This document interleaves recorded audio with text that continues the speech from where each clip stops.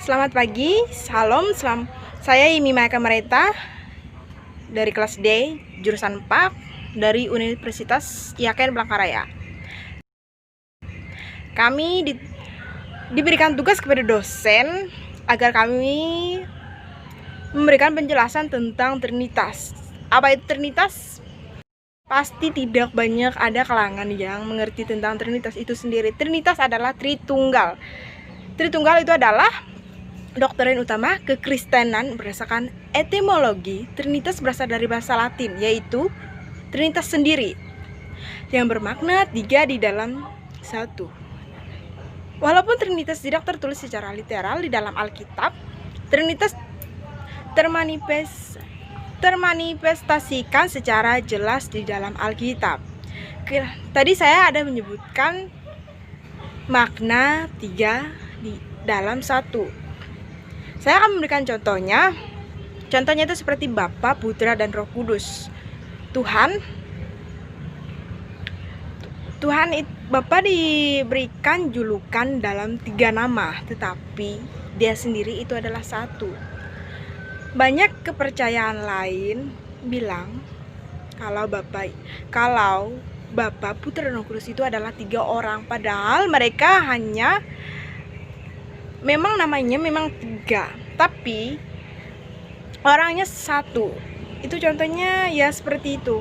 Karena setiap kepercayaan itu pada dasarnya berbeda-beda, dan kita tidak bisa memaksakan kepercayaan orang lain terhadap kepercayaan sendiri, karena itu adalah kepercayaan dari kita, dari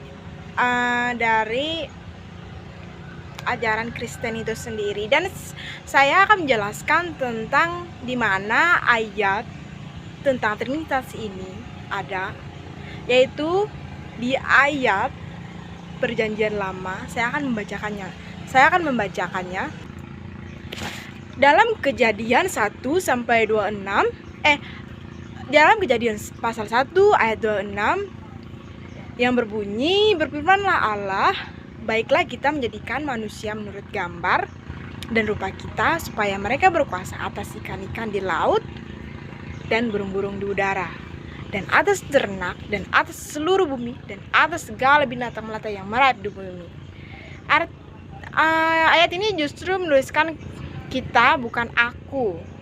Hal ini secara tersirat menunjukkan Trinitas dalam Kristen, pluralitas dari Allah. Meskipun ayat ini tidak menjelaskan Trinitas secara literal, ayat ini justru menunjukkan bahwa itu memiliki pribadi yang jamak dalam keesaan, sebab Tuhan itu sendiri esa. Menurut saya pribadi, maksudnya ayat ini justru menunjukkan bahwa Tuhan itu memiliki pribadi yang jamak. Jadi kita tahu bahwa Tuhan itu ada di mana-mana, ada di sini, ada di tempat kalian, dan dia itu tidak hanya di satu tempat saja, dan dia ada di mana-mana. Mungkin itu yang disebutkan dengan jamak, mungkin itu sih yang saya tahu. Dan sini saya juga akan membacakan di mana Trinitas ini juga ada terdapat di Perjanjian Baru, yang berbunyi, saya akan bacakan, yang berbunyi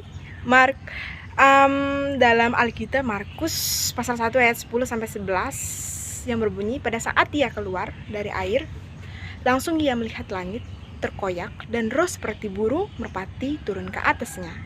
Lalu terdengarlah suara dari surga, 'Engkaulah anakku yang terkasih, kepadamulah aku berkenan.'" Dan dari makna dari ayat itu sendiri di sini tersebut menunjukkan bahwa Bapa, Putra, dan Roh Kudus itu adalah satu kesatuan.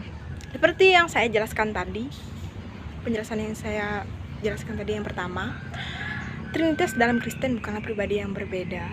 Bapa adalah Allah yang bertahta dalam surga dengan sifat yang transendennya tak terbatas. Putra atau Yesus Kristus yang merupakan manifestasi Allah dalam bentuk manusia yang datang ke dunia. Roh Kudus sebagai pengganti Yesus Kristus atau Allah Bapa selama di dunia. Yesus Kristus dan Roh Kudus adalah sifat imanen dari Allah itu sendiri. Imanen adalah sifat yang bisa diketahui manusia. Jadi di zaman perjanjian lama dulu itu adalah Bapa, tapi di zaman perjanjian baru itu adalah Tuhan Yesus. Jadi begitu banyaknya dosa manusia ini, jadi Bapa itu memutuskan anaknya yang tunggal, yaitu Tuhan Yesus itu sendiri, agar bisa menebuskan dosa manusia itu sendiri dengan cara disalibkan. Sebelum dia naik ke surga, dia pernah berkata dia akan menurunkan kepada kita, kepada umat kepercayaannya, Roh Kudus, agar setiap orang yang percaya kepadanya akan tetap percaya walaupun dia tidak ada di dunia ini dalam bentuk manusia, tapi dia ada dalam Roh Kudus itu sendiri.